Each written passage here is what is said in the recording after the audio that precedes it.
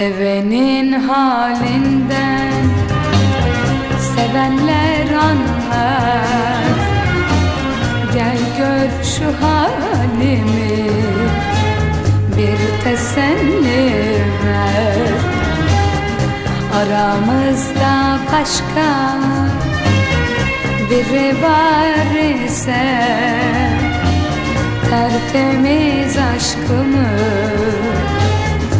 bana geri